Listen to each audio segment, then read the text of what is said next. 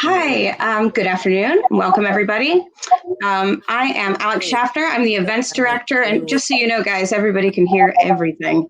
I am so happy to welcome you to this afternoon's event with, one second, we have so many mics on. There we go. Sorry about that. So I'm happy to invite you into this event tonight with Phil Donahue and Marlo Thomas, who are going to be interviewed by Jane and Paul Ayoub. And they will be discussing Phil and Marlo's book, which is called What Makes a Marriage Last. I know most, if not all of you, already have a copy. I hope you're enjoying it. And if you don't have it yet, I hope you have a wonderful time reading it. It's just a really great book. Just in case you haven't heard of us before, Brookline Booksmith is an independent bookstore that's been around since the early 1960s. We're very happy to still be surviving in this exciting time, and we really appreciate your attendance and your support, your book purchases, and generally choosing to be a part of our community today. If you've never been on a Crowdcast event before, I see a couple people have noticed it already, but the chat is open the entire time. You can hang out with everyone there. If you have a question for the authors, there is a button that says Ask a Question at the bottom of the screen. You can type in what you want. If you want to peruse the questions that are already there, anyone is welcome to do that.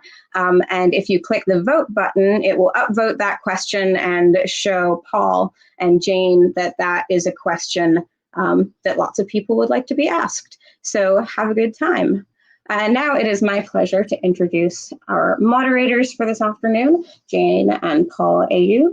Paul is on the executive committee of the Boston law firm of Nutter, McLennan, and Fish, representing clients locally and nationally in commercial real estate and business matters.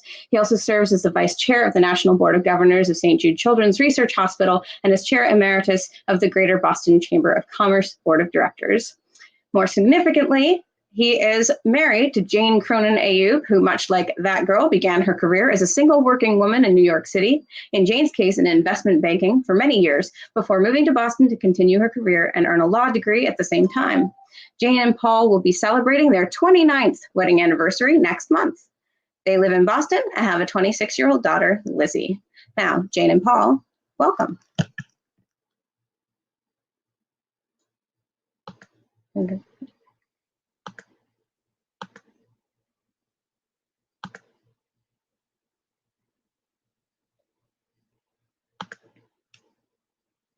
So welcome all of you. So Marlo and Phil, we have people of different ages and generations. And so we thought we'd just take a minute to give you the fulsome introduction you deserve for all that you've accomplished. I will introduce you, Marlo, and Jane will introduce Phil. So Marlo, of course, author, actress, activist, conceived, produced, and starred in That Girl back in 1966. 8 books, many of them bestsellers, including the one that inspired so many people for decades, Free to Be You and Me, which evolved into a platinum album, an Emmy Award-winning TV special, a theatrical production. For all you've done, you've received 4 Emmy Awards, a Golden Globe, a Grammy, the George Foster Peabody Award. You're inducted into the Broadcasting Hall of Fame, and in 2014, Barack Obama bestowed upon you the Presidential Medal of Freedom. But what connects our families, of course, is our joint life mission and passion for St. Jude. I think everyone knows that you're the National Outreach Director for St. Jude Children's Research Hospital, and your dad founded it in the 1950s, founded ALSAC, which was a fundraising and awareness organization that then funded St. Jude. And what some people may not know is that my father had the honor of being called by your dad to fly out in 1957 to Chicago for that first meeting to talk about planning St. Jude. They wrote the bylaws together for the organization that is now St. Jude, and that became their life passion and now ours. And I have the privilege, as Alex said, of serving as vice chair of the board. So Marlo and Phil, welcome, and Jane. Thank you. Marlo and Phil, it is so nice to see you. As most of you know, Phil Donahue's contributions as a producer, journalist, and essentially a pioneer in media have been long-lasting. The Donahue Show was the first talk show format that included audience participation. It had a 29-year run, 26 years in syndication. It was the longest continuous syndicated talk show in US television history. The show won 20 daytime Emmys, 10 for Outstanding Host, and 10 for Best Talk Show. Phil, you would be a breath of fresh air on television today. Because of Phil's contributions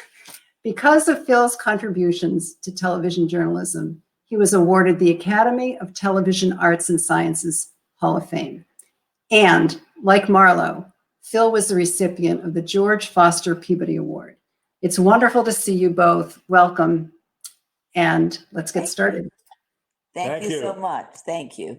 Thank you. So welcome. And Marlo and Phil, why don't we start with just something about, well, first of all, we love the book and so many lessons learned in it. But question is, you've been married for 40 years. You've done lots of projects independently. What prompted you to do the book after 40 years and do it together? Well, we had decided never to work together because we're both type A personalities and we figured we'd kill each other. But it was really fun and we learned a lot about each other doing it. And we did it because we've been married 40 years and about to be married 40 years. And everybody always asked us, what's the secret to your lasting marriage? And we always said, we don't know. We're not experts.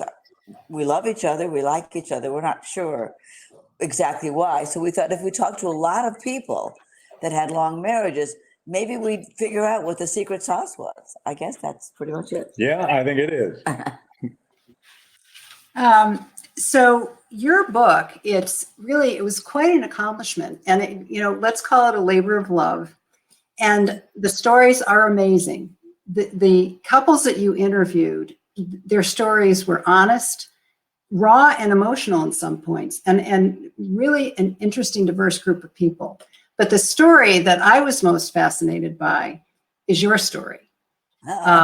I think many people have seen that video, that iconic video of the two of you meeting on your show, Phil. Take us back to that moment. I'd love to hear what was going on in your minds. Well, when I went to the green room before the program, I was excited because Marlo was a two-part guest, really. She was gorgeous and been in films and TV shows, known by everybody, and a feminist, out front, first line feminist in all the demonstrations. So she could not only draw a crowd because she was an actress and a good-looking one. When I walked in the green room, I thought, wow, I don't know if you have to be Catholic to know this, but she was an impure thought. And that was item one. But also she could talk, in very serious tones about women,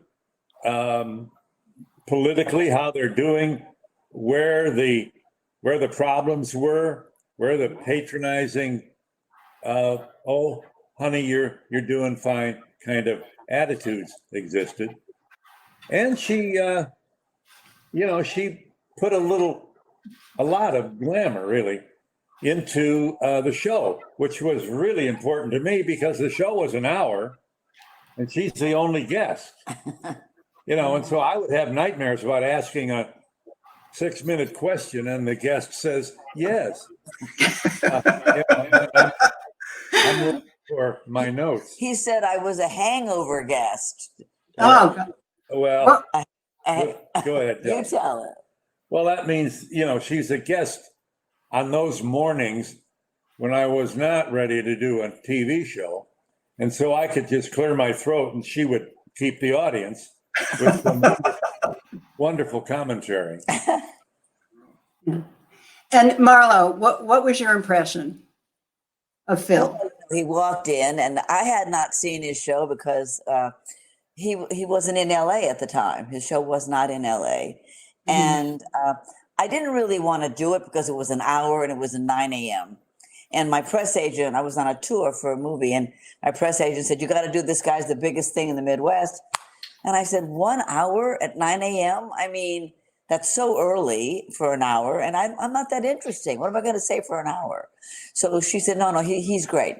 So then he walked in, and, the white hair, the killer blue eyes, it was like a shampoo commercial, everything went in slow motion. But then he said to me, he's putting on his jacket and he says to me very casually, I'd like to talk about your mom. Is that okay? And I thought, my mom? Nobody ever wanted to talk about my mother. It was always about my famous father and how that influenced my life. And that really impressed me. I thought, wow, okay, this is a guy who's not superficial. And so we had a really good time and we flirted, and it was, there I was talking about feminism and saying these really brilliant things like, oh, Phil, you're so funny, Phil. It was like so embarrassing. But it was honest, that's for sure.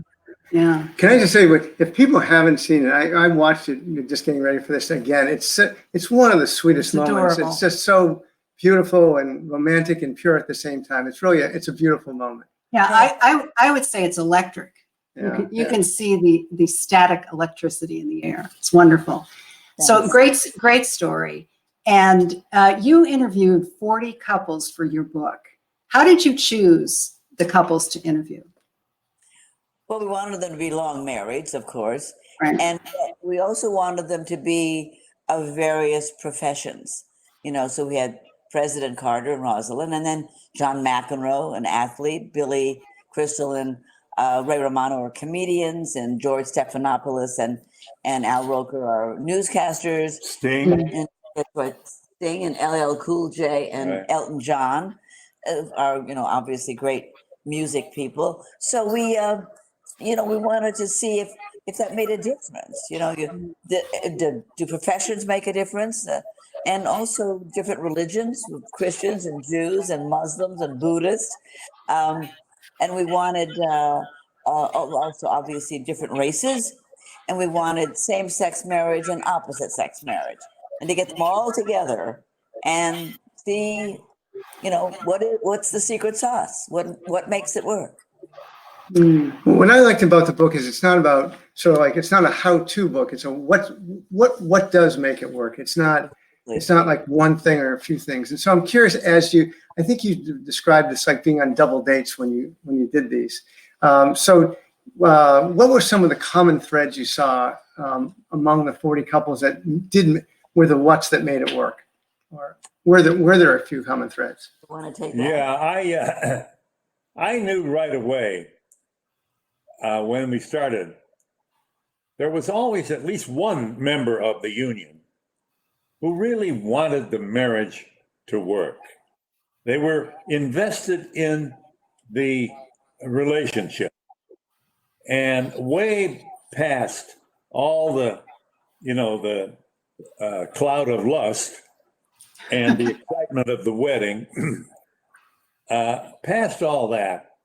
And you could tell that they were ready for whatever happened. And what we discovered is in every marriage, something happened. Yeah, big challenges,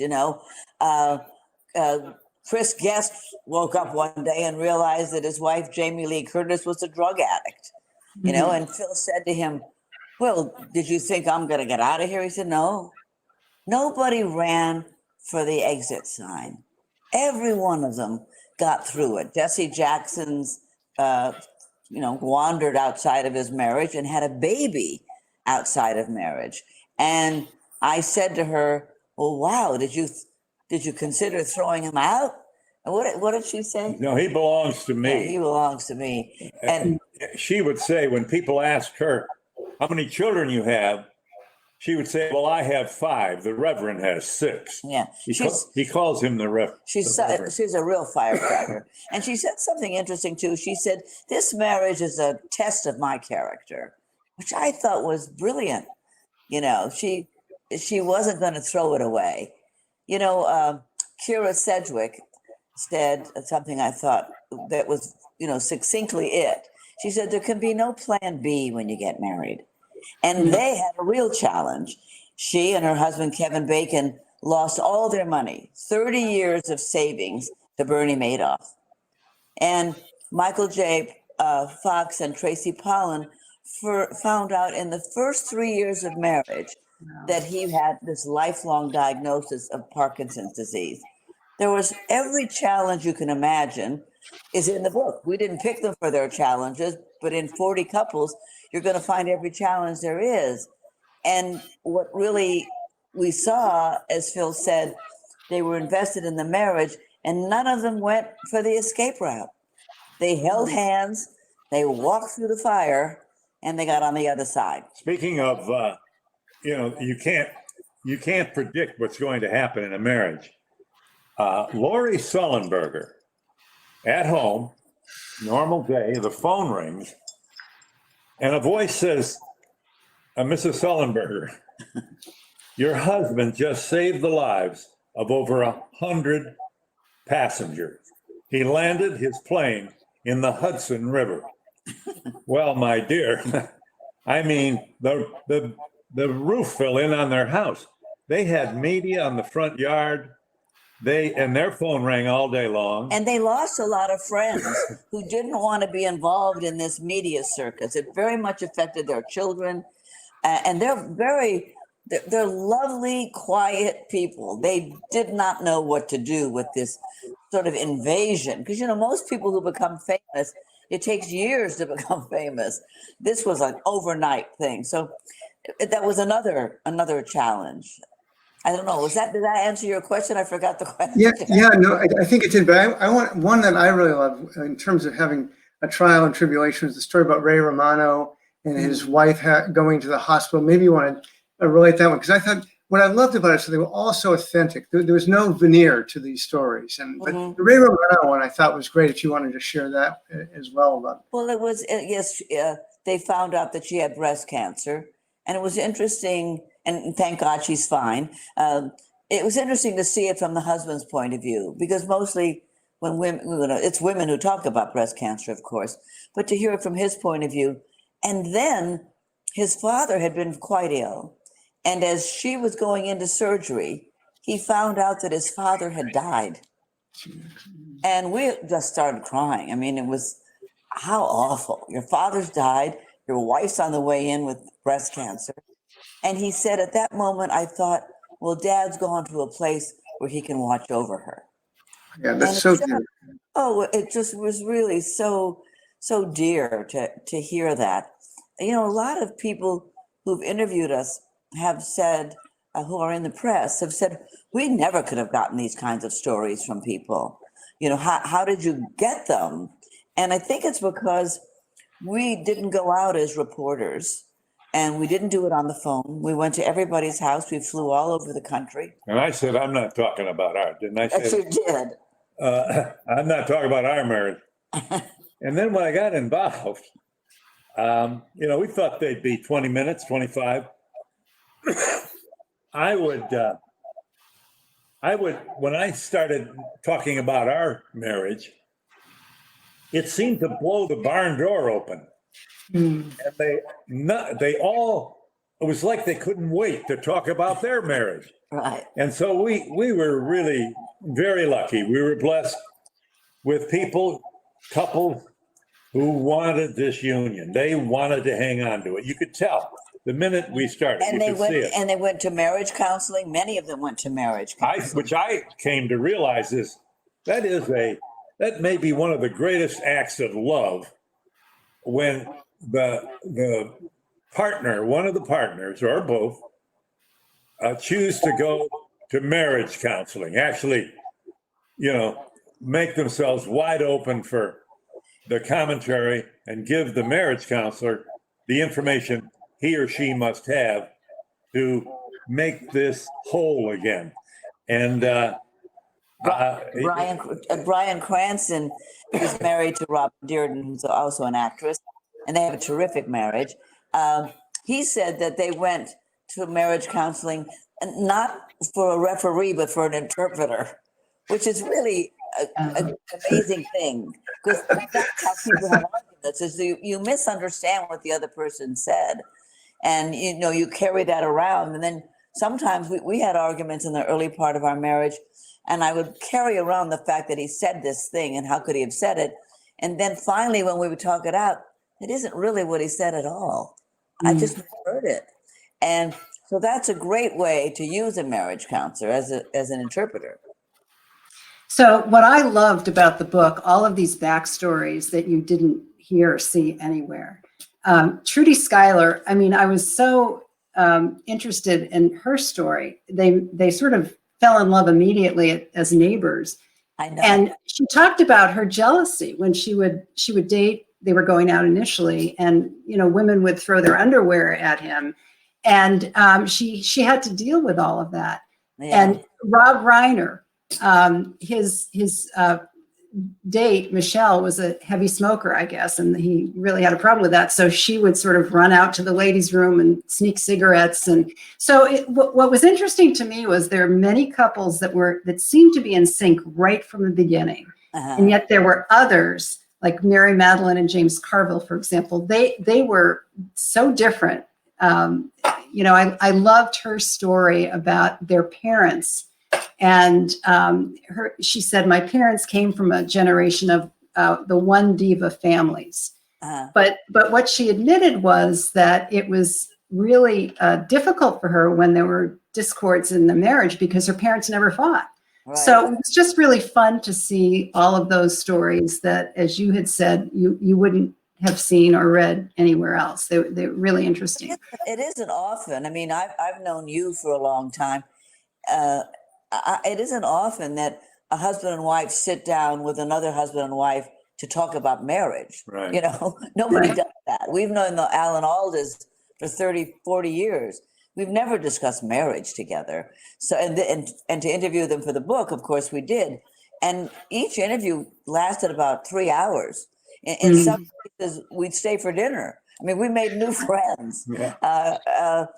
But I think when you mentioned Carville, James Carville gave us the best advice. Was tell them that. Carville's one of the little nuggets of keeping your marriage alive. Carville's suggestion is when you find yourself arguing about an unimportant issue, and that's what most arguments are about, you mimic that. What? You do it. Well, you said you would. Well, I said you didn't mean. Oh, yeah, right. He said, kick that can down the road. Now this, this very shop-worn common comment came in very handy because it did put an end to a silly argument, and it got the couple back on the track to talk about important things. And he said that behind every successful marriage is a whole batch of cans in this alley.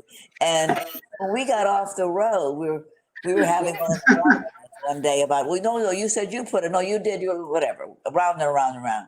And after a moment, Phil said to me, oh, let's kick that can down the road. And we both started laughing. And it's become our new code. Sometimes we just say can and we stop.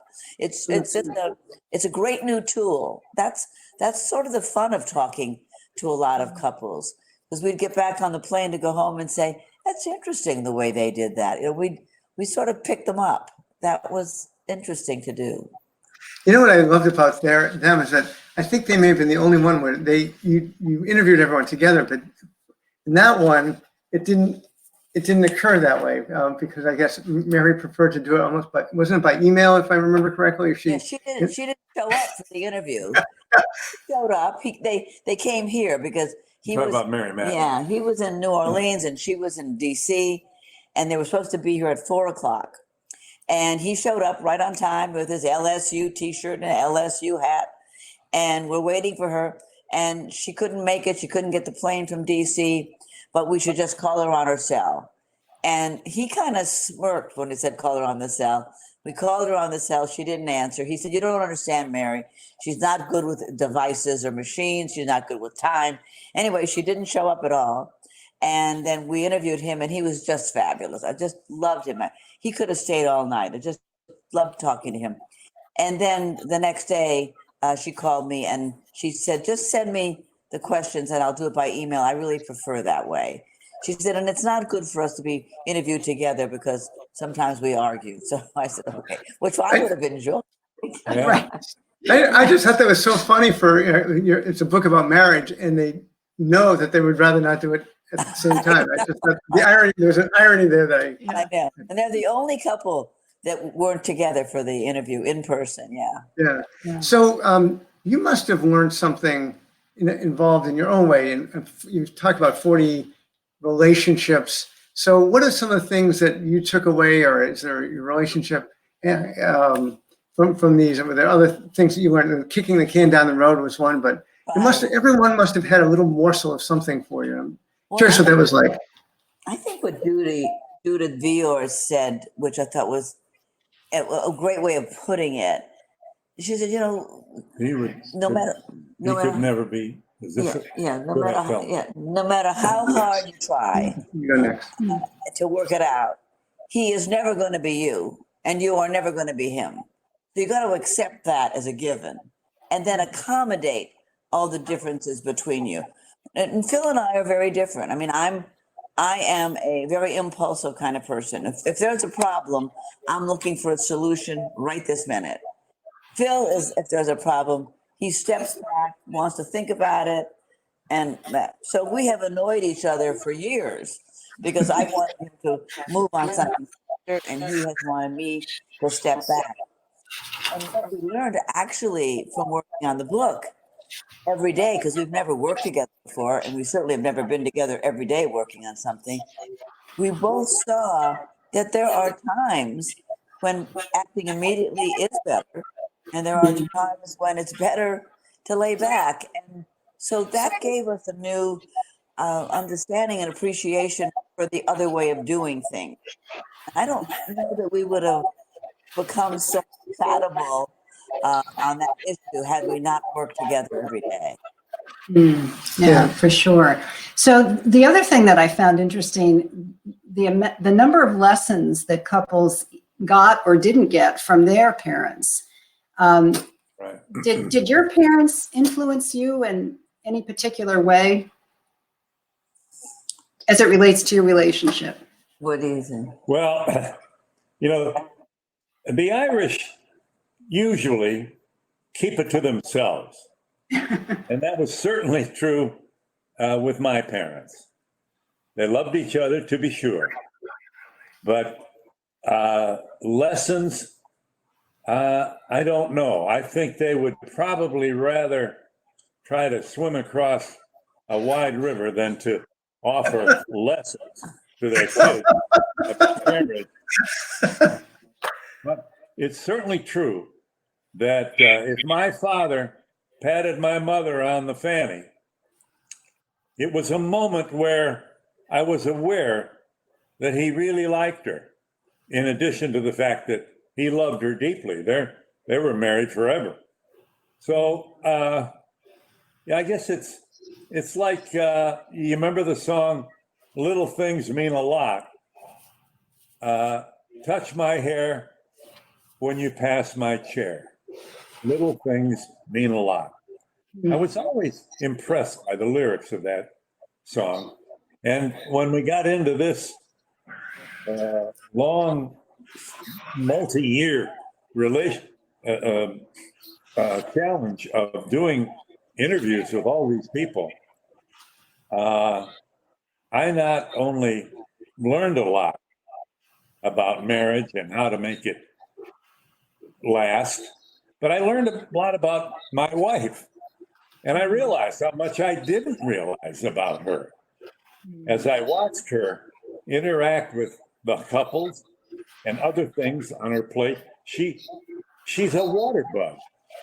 I mean, she can make a right turn like boom, and she can do the computer and the cell phone, and take notes all at one time and interview people.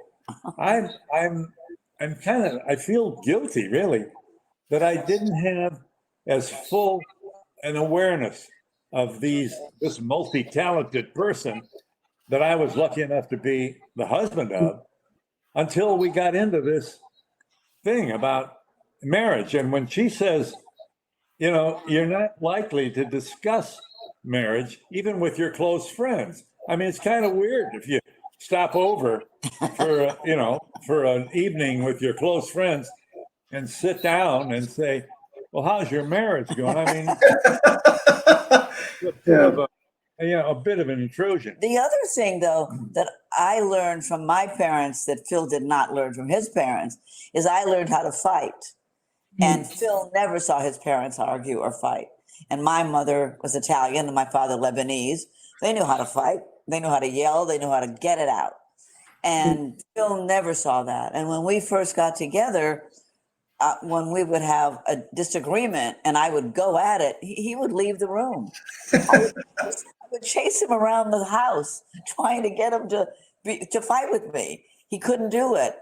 And then now he can do it now. Now, yeah. He can do it now. First thing I do when I wake up in the morning is put on boxing gloves. But that's something you have to see as natural, that it's not the end of the world. Later, when we were together longer and we talked about it, he thought having a fight might mean that the whole thing would break apart. To me, having a fight was just getting it out. And that was something that Ron Howard said too, that they had to go to marriage counseling for him to understand that if you have a fight and raise your voice, you won't rip the marriage. And that's let it out. Yeah. And by the way, I discovered that going to see a marriage counselor is I think one of the greatest acts of love. Well, that's because you don't like to talk about yourself. Well, that's true. Guys or women and men who are interviewers, they don't like being interviewed. I'm very impressed that as this process has gone on, Phil is talking more, because when we first were doing interviews, my brother Tony would call me and say, "You never let Phil talk." And I said, "But he doesn't want to. What am I going to do?" But you've gotten better now at it, I think. Well, yeah. After interviewing 40 couples, but it was a very profound learning experience for me and for Marlo as well. Well, a couple things. First, I've sat with Marlo in the boardroom at St. Jude, and I have seen her multitask with your iPhone and your iPad, and then not miss a beat in any conversation. So I well appreciate the multitasker that you're married to and how talented you are in that respect, in all respects, but that one in particular. Thank you. But I also want to tell you, Marlo, and you probably don't know this, but your dad gave us some marriage advice. And I had the privilege of meeting him twice. And the second time I met him, it was in very early February, 1991. And there was a big St. Jude event in Florida. And Paul and I had sort of hung back. Everyone was headed into dinner, and your dad was there. And Paul introduced me to your father. And he sort of stopped for a second. He looked at us and he said, "I'd like to leave you with this thought," which, as it turned out, was very prophetic. And he said, when you will have disagreements, you will have fights in your marriage. And he said, it's really important at the end of the day, no matter how you think of the other person, to lean across that bed, pucker up, and give the other person a big kiss. That's sweet. Really, really sweet. It's really sweet. That's Bob Woodward. Yeah, they decided that they would say, "I love you." Yeah, they would say, "I love you" to each other every night. And, after a while, that becomes a pretty deep influence on your relationship. Right. It's amazing. I said to him when he told us that, I said, "Do you do that in order because there's been some unrest that you want to make whole again?" He said, "No, it's a way of saying we're okay. Everything's." And we started doing that too. And it's nice. It's a way of saying everything's good in our nest. Right. Yeah. Right. Well, we're going to take some questions, but we have one from the next generation, our daughter Lizzie. Hi, Phil and Marlo. Hi, thanks for letting me crash the party. So I have a question for you. That was quite an entrance. I have a question for you coming from a slightly different angle. So I have some friends on here, and myself included, that are not married yet, and would love your advice. We would love your advice for people who aren't married, single people in the dating game today. What would you tell us? Well, I'll tell you one piece of advice that we got from John McEnroe's wife, Patty Smythe. She said, don't marry potential.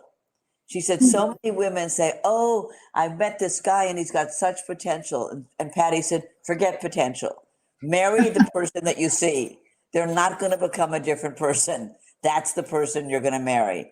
And that's the person that he's going to continue to be. So I thought that was a really good piece of advice. Don't marry potential.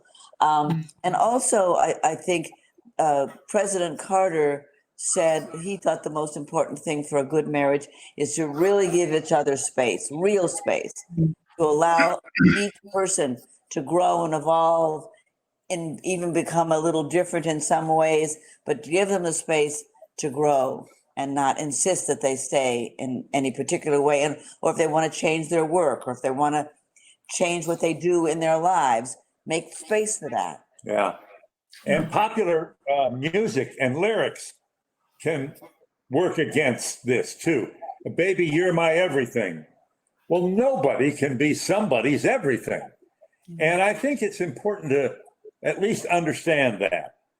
And also, what was it? Jealousy. Jealousy drains you. Boy, that can, I know something about it because I've been jealous of Marlo. I mean, Well, tell them why though. That was one big example. Marlo made a movie with Chris Christopherson, and there was a love scene in it. And I watched the love scene. Big mistake. And the love scene seemed to go on for about 4.5 years. I thought it was never going to. So. And he kept asking me, well, what did you think? I mean, well, what did it feel like to kiss him? I mean, that's acting, but still you must feel something. I mean, he just drove me crazy about it. And I said, well, there's about 900 people holding microphones and lights. And I said, even if you had an inkling of wanting to feel something, you couldn't feel something. I mean, there's just too much going on, but he got over that. Yeah, I think, and I should tell us about the jealousy. Which one, about Mark Consuelo? Yeah. Well, that's going to take us a whole other place. Well, you think so? Well, go ahead. We just negotiated this. Well, maybe it's not a good idea. I thought it would fit a little bit. Go ahead. Mark Consuelo's making a movie in Boston. He's married to Kelly Ripa. And Kelly's at home. He calls her and he says, well, what did you do with your day? Or something like that. What are you going to do tonight? What are you doing tonight? And she said, oh, I'm going to be cleaning toilets and sprucing up the house. And he thought that sounded a little fishy. So he jumps on a plane from Boston to New York without telling her. And he gets to the apartment. And he tells the doorman, tell my wife I'm here. But No, say there's flowers coming up. Right. And so she's at the door as he gets to their floor. And he runs down the hallway. He just ran past her. He runs right past. She's standing there with the Johnny mop in her hand. He runs right past her. Because he's looking for the tall, dark stranger hiding behind the drapes.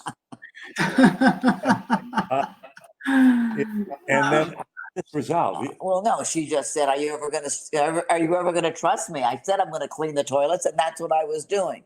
And you were saying, well, that was the jealousy. He said he got better after that. Yeah. And by the way, really, I know something about jealousy. People knock me over to get to Marlo. So Lizzie, that's not. But this isn't answering Lizzie's question. We've answered. Did we answer your question, Lizzie?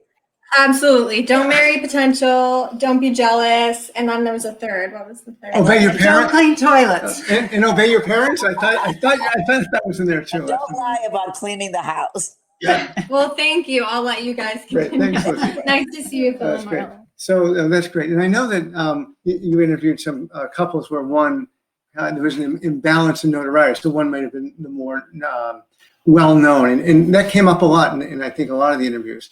One of the questions we had from our group in the chat room here is, of all the ones that you interviewed, were there some that were your favorite interviews for whatever reason that really, so that was great? Or is it like having 40 children when you love them all, but for different reasons? I think so. I mean, every one of them, they were so generous. They were so honest. As I said, the interviewers have said to us, how did you get them to say those things? They once, as Phil said, once he talked about our marriage, which he said he wouldn't do, they opened up and it became a real double date, a real conversation, one that we wanted to share. If somebody talked about jealousy, then the other one wanted to tell their jealousy story.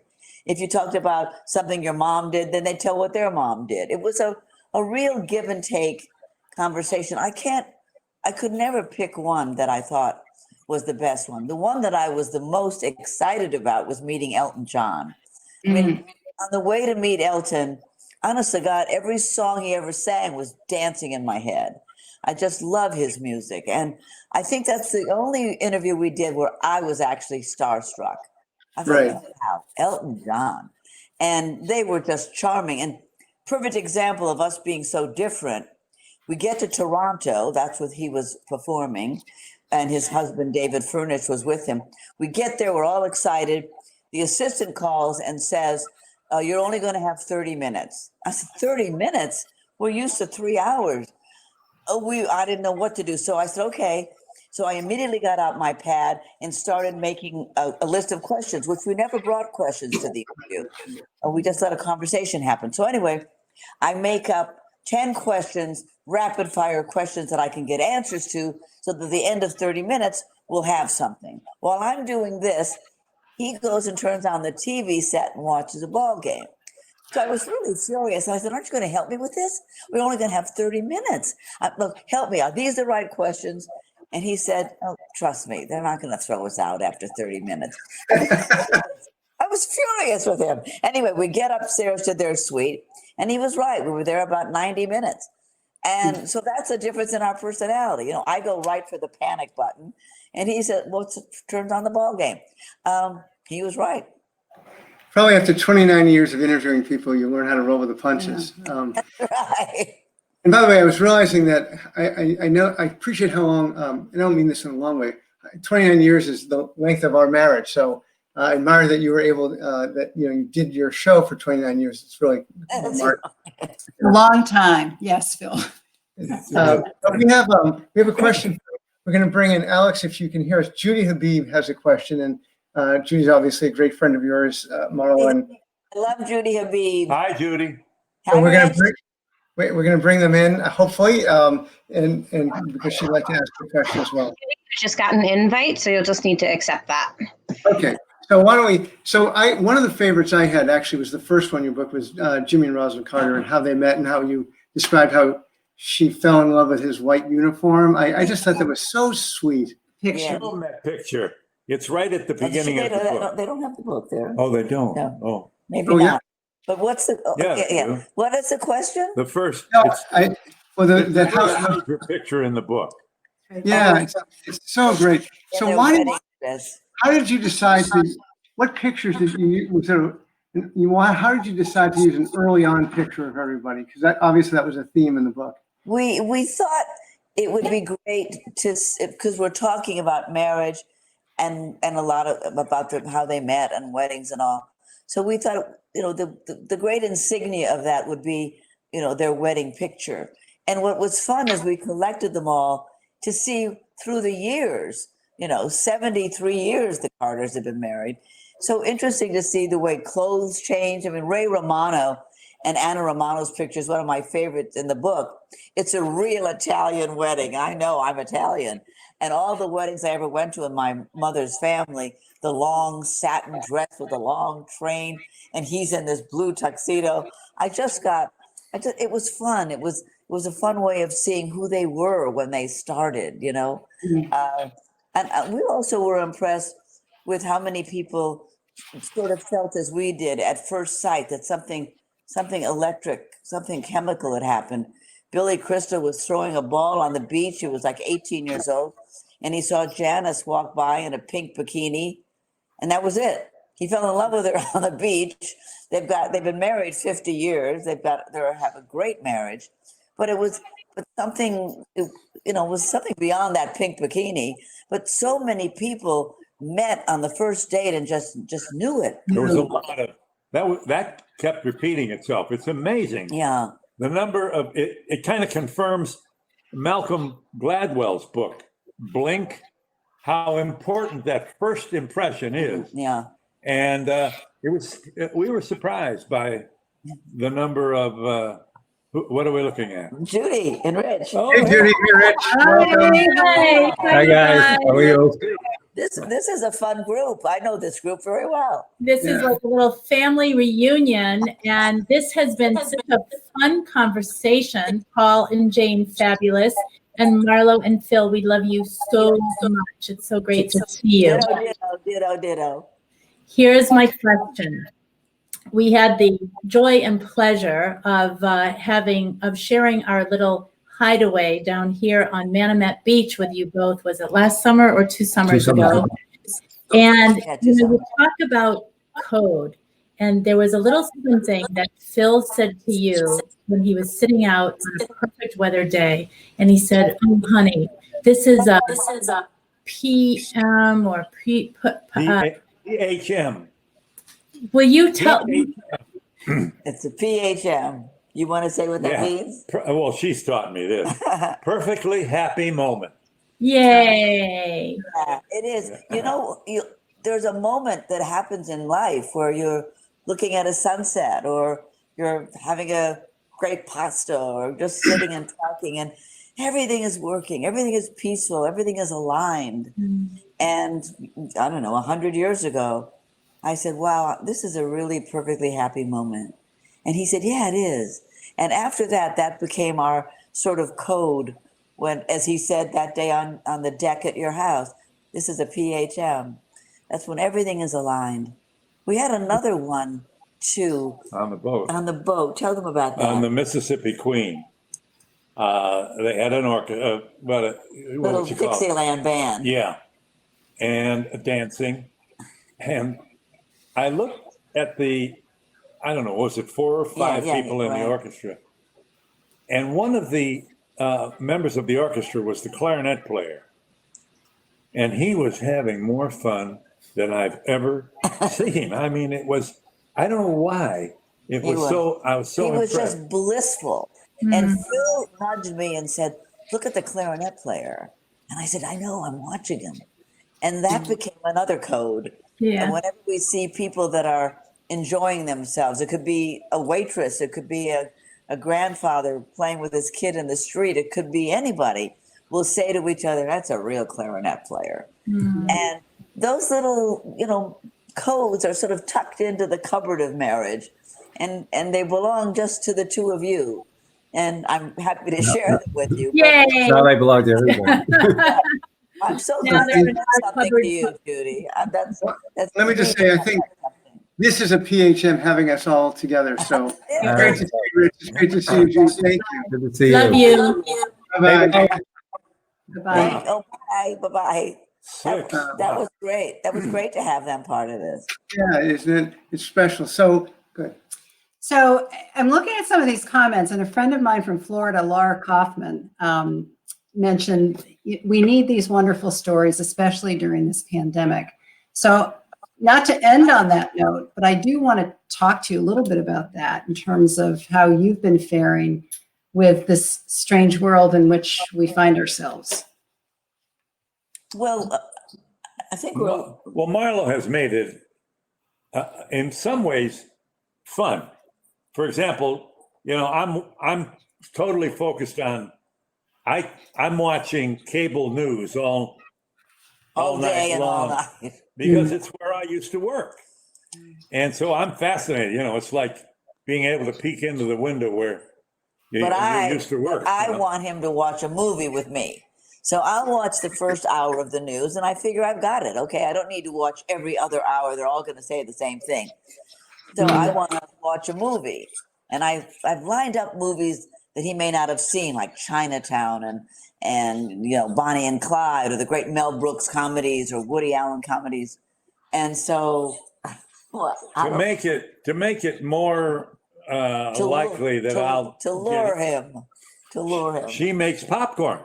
Now, I figure the smell of popcorn is kind of like the dance of the seven veils. If I could get him to smell the popcorn and the butter and the salt, I might get him in to see the movie with me. So, And I'm stuffing it in my mouth. but I feel guilty to say this because there are people in this country that are suffering, and we know people that are suffering with COVID.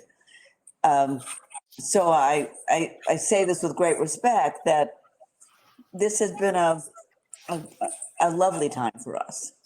We've never ever eaten 3 meals a day together, except if we're on a vacation. Whoever gets up in the morning first has their breakfast. Lunch, I'm always eating out of a paper bag in the back of an Uber going to a meeting. Dinner we do have together. But because we've been alone, we have a housekeeper, but during quarantine, we didn't have a housekeeper. So we made our meals together. We ordered the groceries and decided what we wanted to have for the next couple of days. And then we had our every meal together. That's been like a gift, a very lovely thing to have 3 meals a day. So we've had a good time. Yeah, and I think we share the same experience in being with Lizzie. And I mean, as horrible as the pandemic clearly is, I think it's made us, and like it has for everyone else, appreciate what we do have as opposed to, in addition to what we don't have, which is, world health. And the togetherness has been it's been a nice thing in that way, but notwithstanding what's going on in the world generally. And it's interesting to find out what you really don't need in your life. You don't need to run around as much. You can do Zoom, you can do calls, you can spend more time together without all this running around. There are many things I think that we found that we can get rid of some of this fat.